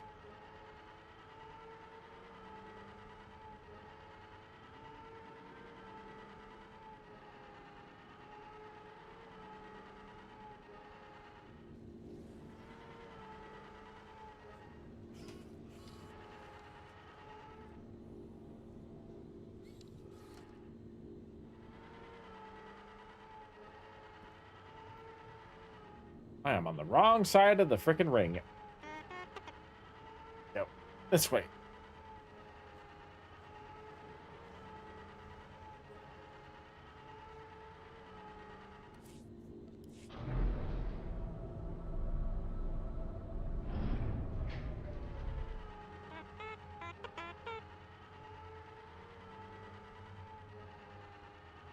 All right, now that I have the slicing skill,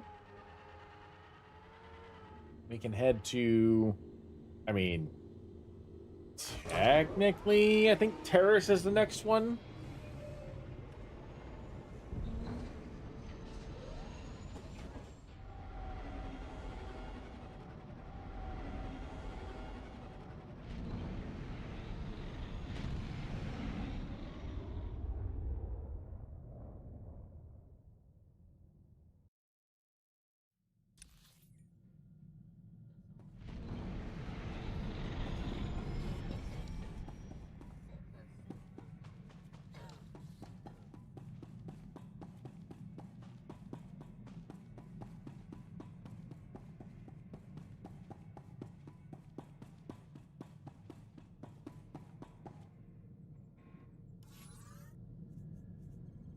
Pretty sure Nar Shaddaa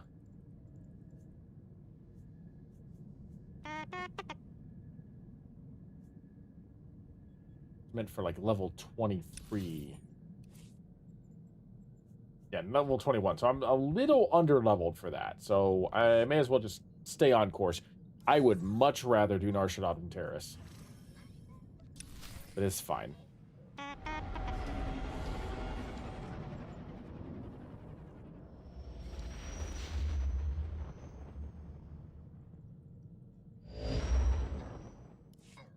Taris. Did you know you've just landed? Why? There was clones. There was clones.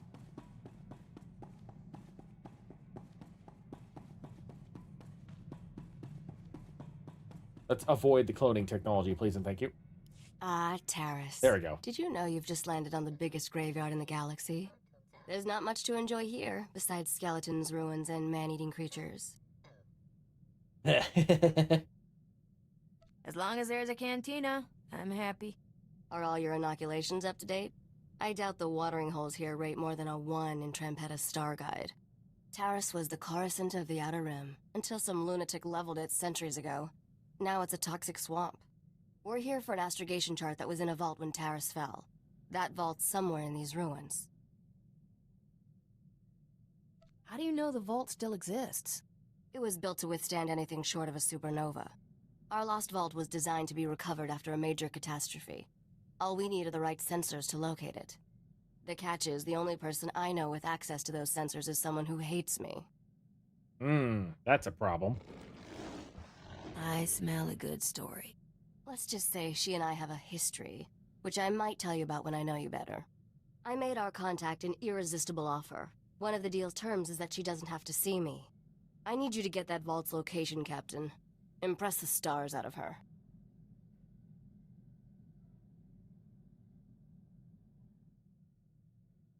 I'll do whatever it takes. This woman talks tough, but underneath, she's a softie. Use that to your advantage. I should also warn you, Skavek knows about the vault. We can't let him catch up. I'm curious how you know what Skavek's up to.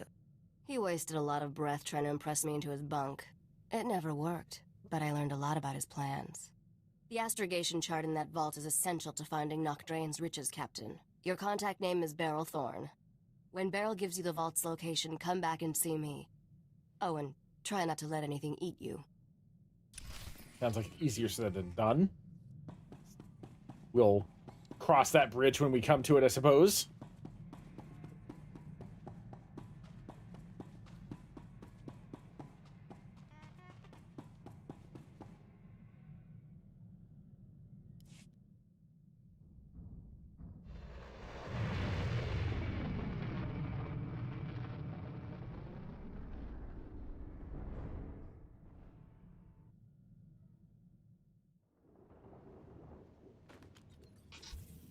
You're all right. I'm Agent Saganti with the Republic Customs Office. What brings you to my planet, Captain?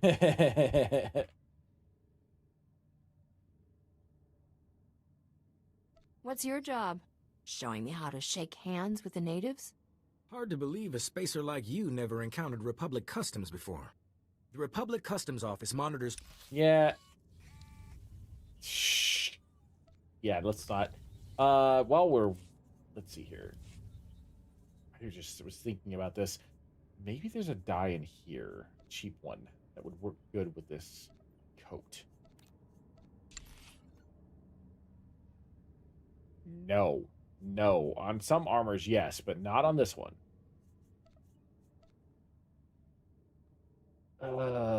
Not... That brown is... I need a darker brown if I want to do that. That's a lighter brown. What are you doing? No.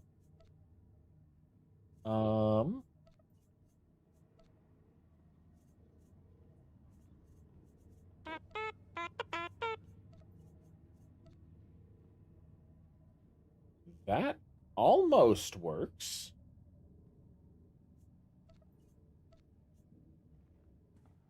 Not so much.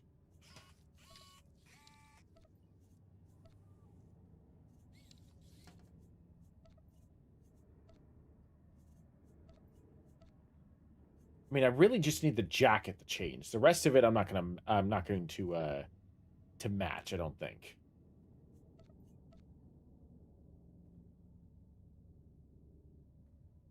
That actually kind of looks kind of cool. I like that jacket. Too brown. Too brown.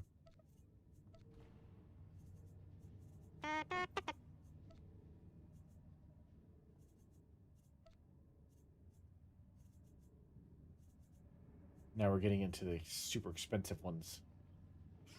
Now, Poppycock. They need more options in the cartel market.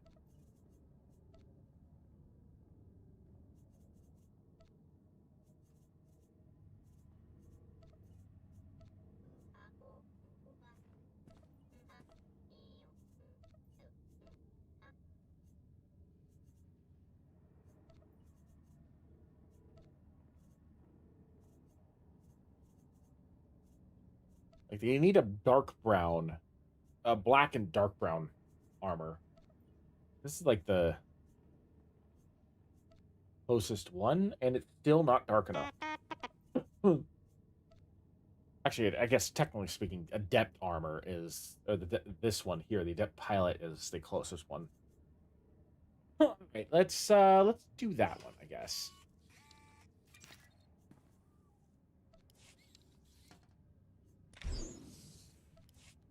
All right. Welcome back. Mostly doing this because of the fact that I do eventually want to maybe give Theron this particular look. Oops. And I don't want him to look like he's trying to copy me.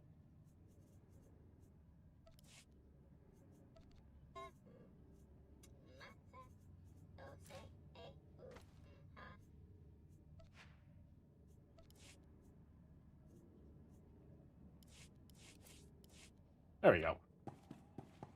That looks a little bit better. I'm Agent Saganti with the Republic Customs Office. What brings you to my planet, Captain? I believe they do have silver dyes, but I don't think the jacket would look good in silver. Last time I checked, Taris was Republic territory. When you have as many responsibilities as I do, you develop a sense of ownership about a planet.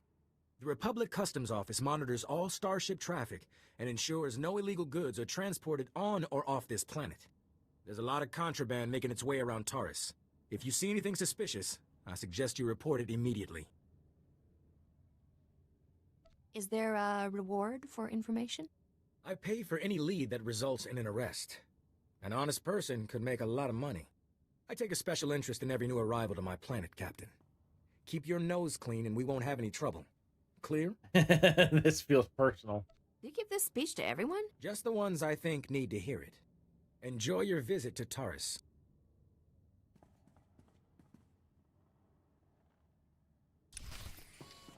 Aha.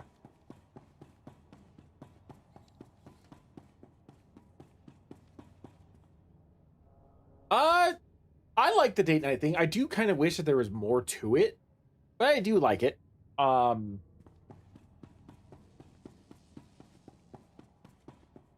What I was thinking about just a moment ago is I do kind of wish that the this is where SWTOR shows its age, is specifically with conversations with like what I'm about to pop up with.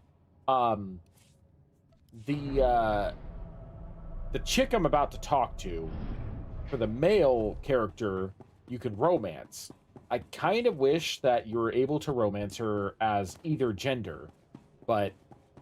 Welcome to Taris. I'm Governor Suresh. On behalf of the Galactic Republic, I want to thank you for joining us in this historic project. For your safety, please do not travel beyond the military-secured safe zone outside the settlement. This world and our work here will shine as a beacon of hope to all of the Republic. But first, we have many obstacles to overcome. Together, we stand taller than any obstacle. Let's get to work. Together. Yeah, nice speech, Suresh. I know what you become. Anyway, I do wish that, like, the smuggler had the ability of, you know, romancing random characters on, regardless of gender, just because the smuggler is supposed to be a smooth talker, you know? Like, if you want to play as Lando Calrissian, then Lando is a pansexual, you know? He doesn't really care what's in your pants. Hell, I believe there's actually rumors that he was actually romancing L337, the droid from Solo, as well as, you know, who knows how many women and men. So, like, I would very much like to see, I know that they're not going to because it would require a massive update to the original part of the game when it comes to conversation options like that. But, like, they didn't put in the ability of same-sex romance options until Rise of the Hutt Cartel. But I kind of wish that certain conversations could be reworked a little bit so that way that kind of thing was Like a dirty old socks. Doesn't look much better either. so that way you could actually like experience those kind of unique dialogues. I really want them to do a crazy Jesse type. Oh, with Dark Side Jesse. I do like the fact that like you can finally romance Light Side Jesse as the Sith warrior. I am very grateful that they did that because I know I loved Light Side Jesse. Dark Side Jesse scared me. She was very off-putting, and I think that was intentional. But Light Side Jesse, I feel like was a candidate for a really cool romance, similar to like Ashara Zavros from the Inquisitor storyline, who is one of my favorite romance from the original companions. And I'm glad that they finally allowed you to do that with you know, her return in Knights of the Fallen Empire.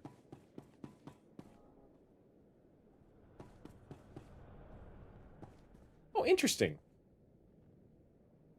Okay, so they changed it so that way the purple, like the story arcs are, the planetary story arcs are no longer purple, so that way they're not confused with the story of the character. They're now yellow with a little like world mark on top of them. That's curious. Is there a way to change that? I'm not used to that. I don't know if there's a way to change it or not. Probably not. They probably set it like that on purpose. Okay, so look for the little green world mark, I guess, for the story missions. We've been waiting weeks, and those things are still swarming our property while you sorry excuses for defenders of the Republic sun yourself on the base. This is a military operation, sir. This planet hasn't been cleared for civilian occupancy. My brother didn't mean to be insulting, but for 3 centuries, our family has dreamt of reclaiming our place on Terrace, and now to be stopped by those things. Somebody want to explain what's going on? Their old estate's off base, so we got no way to secure it. Terrace is our home. We're not gonna wait until the army takes its pick of the planet and then throws us the scraps. The Republic validated our records, but some outlaws set up a camp there. They've got security droids all around the perimeter. You need something dangerous cleared out first? It's not raccoons or anything. There's someone living there. Sentience. They've got security droids all around the perimeter. It's a war zone. We almost got killed entering our own property. The Republic will respond to all such claims of hostile, non-indigenous life forms based on strategic value. After 300 years, you can't blame someone for thinking it was up for grabs. Each generation has passed down these deeds. We always knew we would return to Terrace, that we were merely exiles. Why? The Republic won't help us claim it. We're going to have to go back to Alderaan. Unless, could you help us? Oh my god, why do you want to stay here? Go back to fucking Alderaan. You're better off there. Make me an offer, and I'll think about it. Our family was fortunate to escape the bombardment with their fortune intact. Help us reclaim what's ours, and you will be well rewarded. Of course we'll pay, but no droids, no whatever's living there. Clear them out. I don't care how.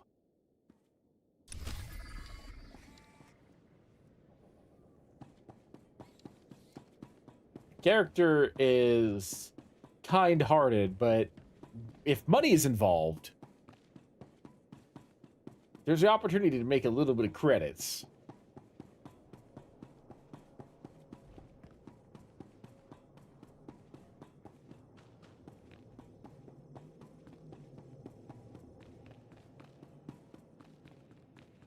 This is where I wish that I could, like, you know, romance her and flirt her a little bit so that way I could. Argo, you're leaking oil again. You want to set this whole warehouse on fire? The Maker said it is better to burn out than rust away. Perhaps I'm testing that wisdom, mistress. I'm looking for Beryl Thorne. That's me. Argo's what passes for my second in command. I recognize you from Risha's holo. Let's get one thing straight. The only reason I agreed to help is because my contract supplying the Terrace Reclamation Project is at risk. Looked like easy credits. Turns out Terrace is anything but easy. There are lots of interesting ways to die. I think the reason why they put Jesse with the warrior is specifically because of the fact that the warrior tends to be very black and white with their mentality, and Jesse changing from light side to dark side is an extreme reflection of your character's like overarching mentality. Whereas the Inquisitor, even if you're doing light side playthrough, can be very manipulative, which fits trying to have Ashara, who is a Padawan that is very confused about like where her standing is with the Jedi, the Sith, the galaxy. It's definitely, it makes sense to have the Inquisitor who is manipulating people be with Ashara, who is easily manipulated to an extent. So I understand why they did that.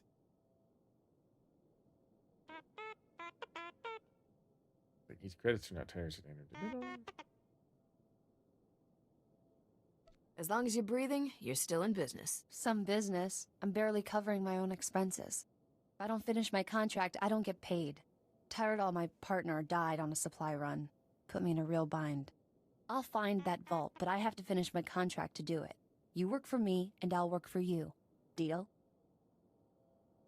Can't your walking rust bucket handle things? Not a chance. The scavengers out there would be on Argo like gundarks on fresh meat. I only have 2 deliveries left. Soon as you handle them both, we'll find your vault. The first job's for a Republic scientist named Vernon. He's got a research camp in Rakghoul territory. What exactly am I delivering? Some kind of sensor equipment. Don't know what it's for. I'll start working on your job while you handle mine. Isn't cooperation grand? Hello again, Captain. I didn't know you and Thorne were acquainted. Agent Saganti. What a lovely surprise. It's only been a day since your last inspection. Don't you Republic Customs boys have better things to do than turn my warehouse upside down again? I can inspect this warehouse whenever I want. It's the law. She actually hums the Take Dr. Vernon's delivery, Captain. Hold on. There's no reason for you to stick around. Okay. She hums the Imperial song. She hums the Imperial March if you're dark side. But she will hum the I think it's the Force theme. It's either the Force theme or it's Luke Skywalker's theme. It's one of those two. If you're playing light side and you Romancer. It's actually quite a cute little detail. I don't know what she hums if you're playing like, straight down the middle. But I know if you're playing light side, she hums a different song. She hums like I want to say it's Luke Skywalker's theme.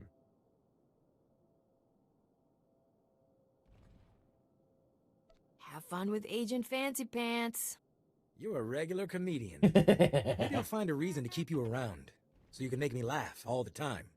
Poke around the warehouse all you want, Agent. You won't find anything out of order. What did I just step in, Thorne? My apologies, sir. I believe that is my hydraulic fluid.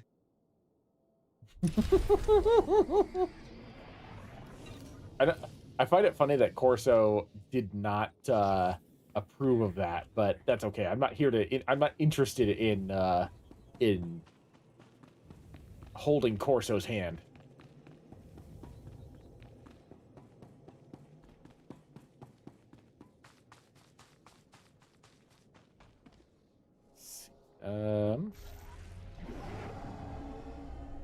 let's see here. Nope. Wrong button. Ooh.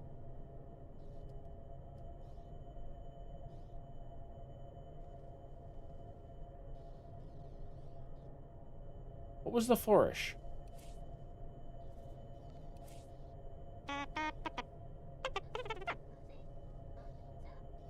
Hang on.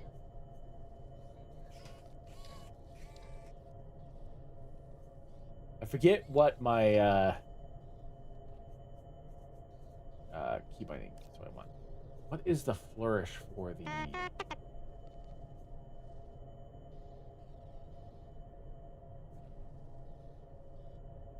Oh, Control Z. Not Alt Z. Control Z. There we go. I want my cards to have lightsabers.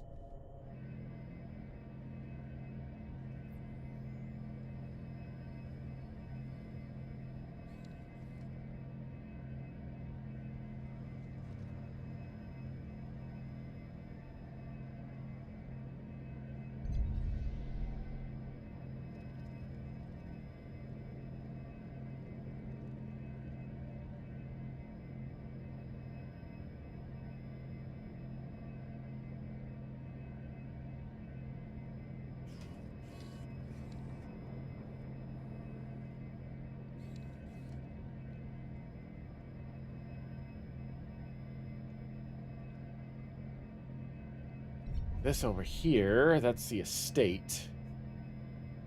Not too far away from where I need to go.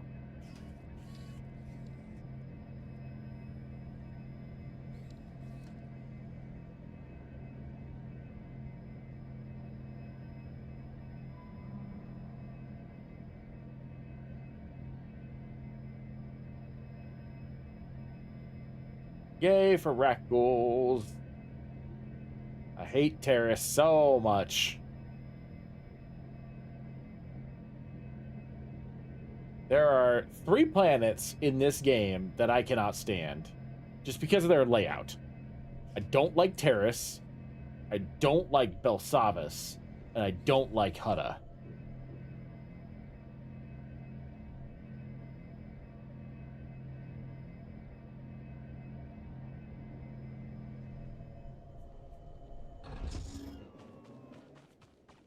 Dear Adele, I regret that your husband was killed yesterday by rat ghouls. Please accept my condolences. Dr. Soilan was an excellent scientist. I've never composed a death notice before. How did that sound?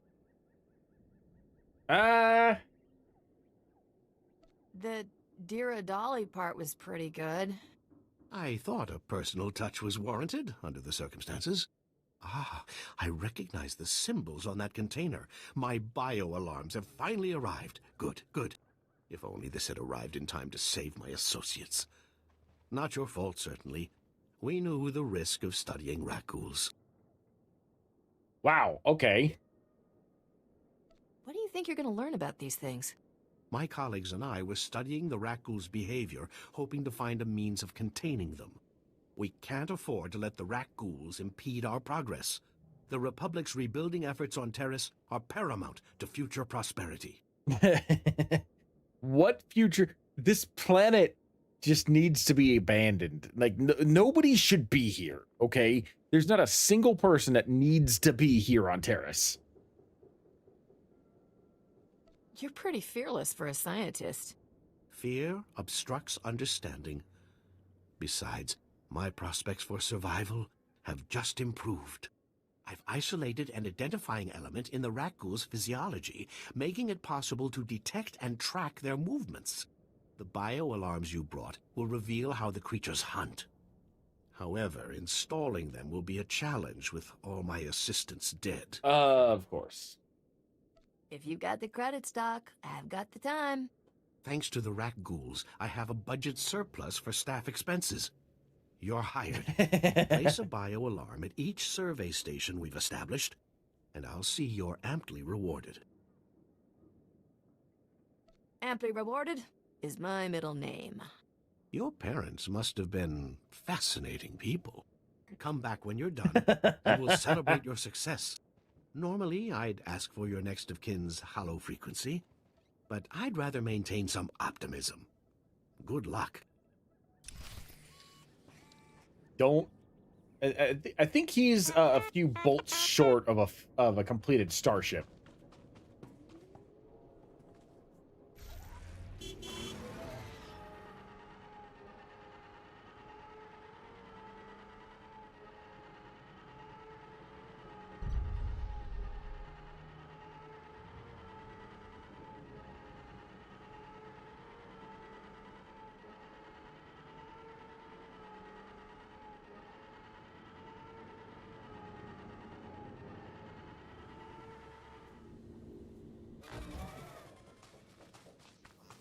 That ought to fix it.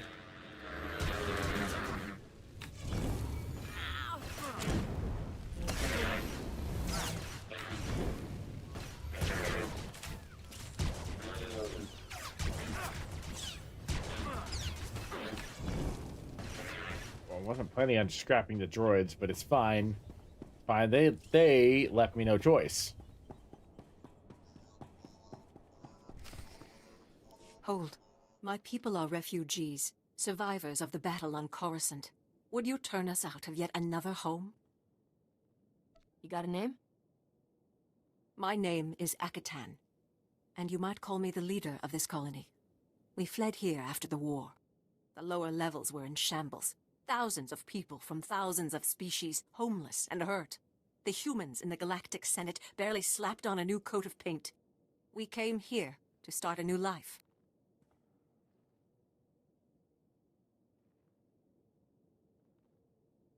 Unfortunately, your new life landed on someone else's ancient birthright. You must face the same human prejudice as us. I'm surprised to see you so callous. So many men are here to reclaim this planet who know nothing of its past. Ancient Taurus was a blight on the Republic. The black mark on its reputation for freedom. Yeah. I played KOTOR 1. I remember. As far as I know, it was some outer rim nothing until the Empire blew it up. Humans on Taurus did as they do on all planets. They seized the surface, claimed Taurus's wealth, and forced every other species underground. Every meter of land owned by a human was probably seized from another species, just as this was seized from my ancestors. I have their documents. So old they were kept in printed form. Read them yourself if you doubt me. If this place is valuable, you won't find any shortage of folks willing to steal and kill for it. Credits bear no children. Lives matter, not money. If you have any sympathy for our cause, perhaps there is something you can do? We are alone and at the Republic's mercy. I would not wish to see you turned away from your home. I thank you for softening your heart to my story. I will tell my people to begin repairs on our droids. Let's see.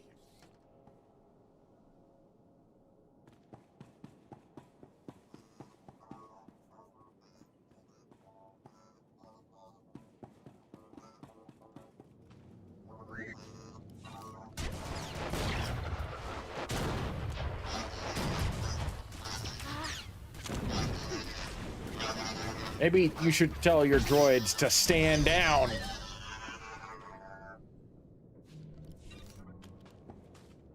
Okay, well, while we're here, before we head back to the base, to give the annoying settlers the bad news, let's finish this. Set up those biosensors.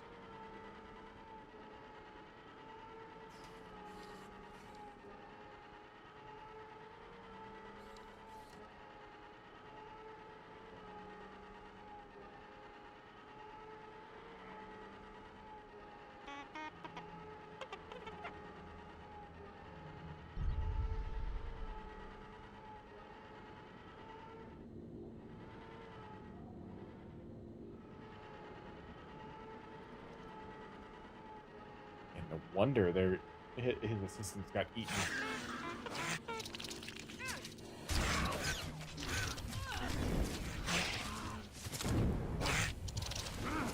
There. Better?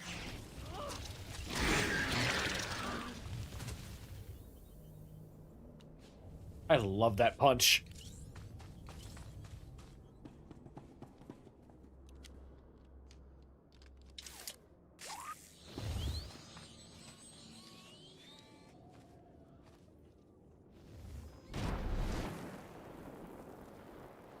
Okay, so I'm looking for the mechanical eggs.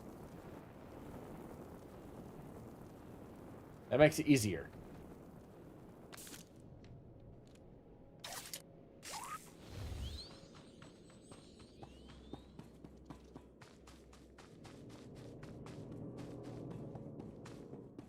I need to find the giant robot eggs. Let's see here. Next one.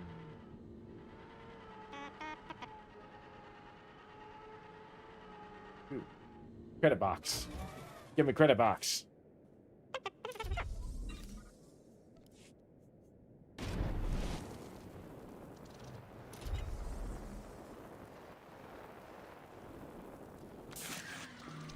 Oh.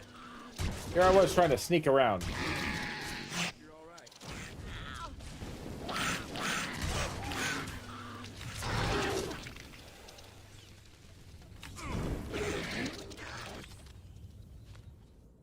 Not entirely sure why anybody would want a raccoon claw, but hey, I just sell things.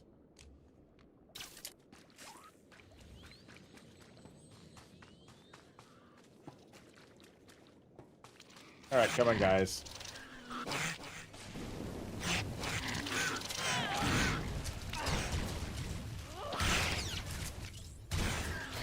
Perfect. That worked. That worked out well.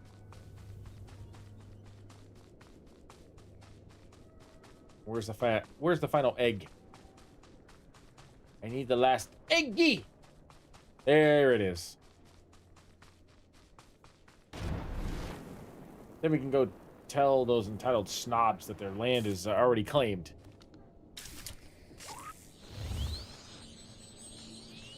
Alright, thing that can get around. Nope. That's blocked. Giant frickin' engine in my way. How rude.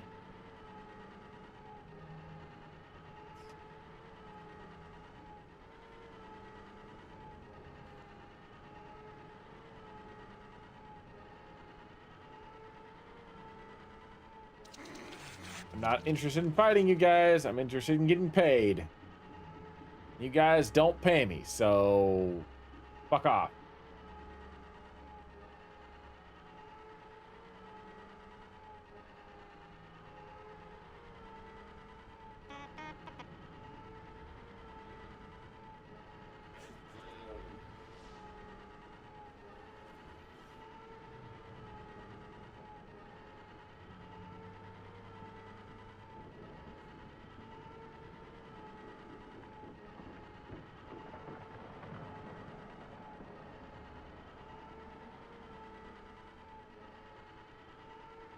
All right, Doctor.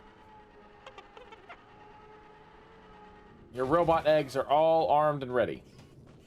Splendid work. I'm already receiving data transmissions from the bio-alarms. You've done the Republic's rebuilding effort a tremendous favor. Those raccoons were no trouble at all. Thanks to you, the Republic's reclamation teams will soon be saying the same thing. What you've done most definitely calls for generous compensation. Good show. It seems dangerous to stay out here all alone. I'm 100% safer now with the bio-alarms in place. I'll be fine. Accept these credits with my extreme gratitude. As long as they don't... I'll begin collating my data. Thank you again for everything. As long as they don't rip the bio-alarms apart.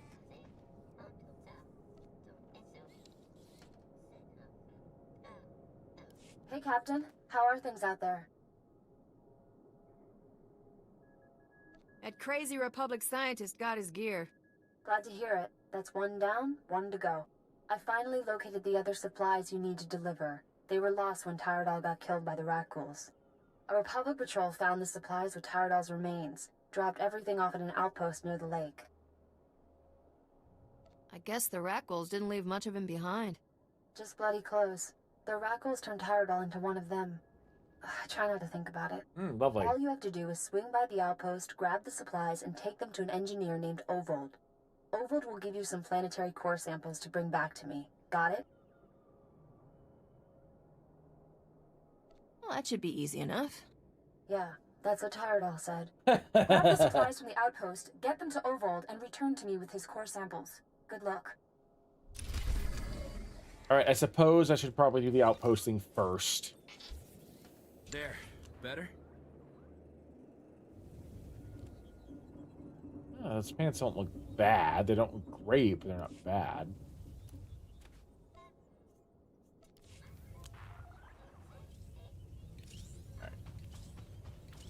Alright, fine. I'll eventually have to go back anyway to deliver her the core samples, so that's when I'll talk to the spoiled rich kids.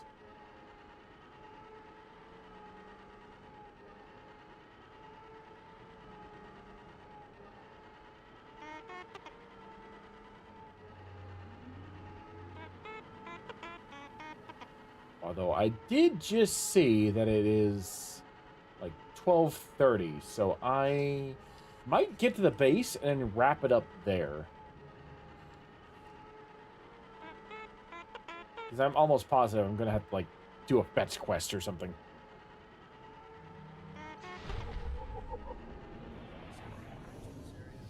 I got a crank to hoist up a skyscraper.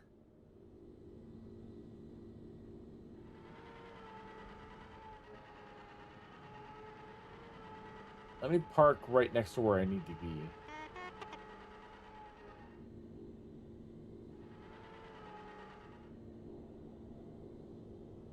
Oh, I see. Okay. Let me park right next to the guy I need to talk to, and then I will be probably logging off for the night. He up top? I think he's up top.